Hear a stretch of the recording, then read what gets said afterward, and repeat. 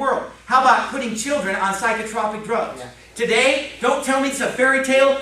Somebody that I know personally was told, your children will be put on Ritalin or kicked out of the school. They said, we're putting them on Ritalin or they're not coming to school. Teachers are making the decision about whether children take Ritalin or not, whether they take psychotropic, mind-altering drugs or not. Listen to this. Here's the statistics on stimulant use.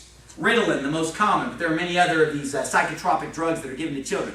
The production of methylphenidate, Ritalin, and the legal production of amphetamine in the form of Adderall and Dexedrine in the U.S. has soared since 1990. Since these drugs are considered to be potential drugs of abuse under the Controlled Substances Act, the DEA sets quotas regulating the amount of drugs that may be produced each year to meet the demand for legitimate use in order to ensure that there is not a surplus production which could lead to drug diversion and illegal use. The dramatic rising production quotas shown below mirror the growing demand for the prescriptions in the U.S.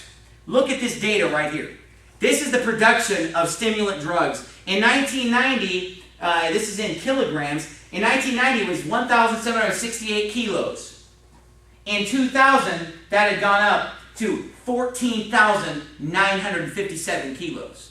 So we're looking at almost 10 times the use of these psychotropic drugs in children from 1990 to 2000. And then consumption has gone up, of course, with the increased production. Look at this data. Just goes up every year. It's climbing exponentially, the amount of drugs used. You know what? This shows the states in which it's used the most. Arizona is one of the top states for using Ritalin and psychotropic drugs. It's high on the list. Believe it or not, California is way lower on the list than Arizona. Arizona is one of the drug capitals of the world. Did you know that? I mean, for heroin use, for methamphetamines, those are the illegal drugs. Then there's the legal drugs that the government school is telling your child to use. Yeah. Psychotropic drugs like Ritalin. Arizona leads the way. Hey, I'm glad that I'm in Arizona tonight preaching against this garbage. Amen.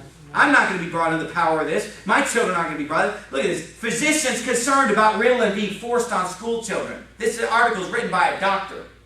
Dare to say no to drugs. How many times have you seen the familiar black t-shirt with the red logo in our elementary kids? I've always smiled as I thought, I'm so glad to see that we're about educating our kids about drugs at this crucial age. Now I shake my head in disbelief and wonder at the irony as I read the recent chilling report in the Journal of American Medical Association that the use of Ritalin and other psychotropic drugs has increased 2 to 3-fold in the years 1991 and 1995 among 2 to 4-year-olds. Did you hear that? 2 to 4-year-old children being told they have attention deficit disorder, ADD.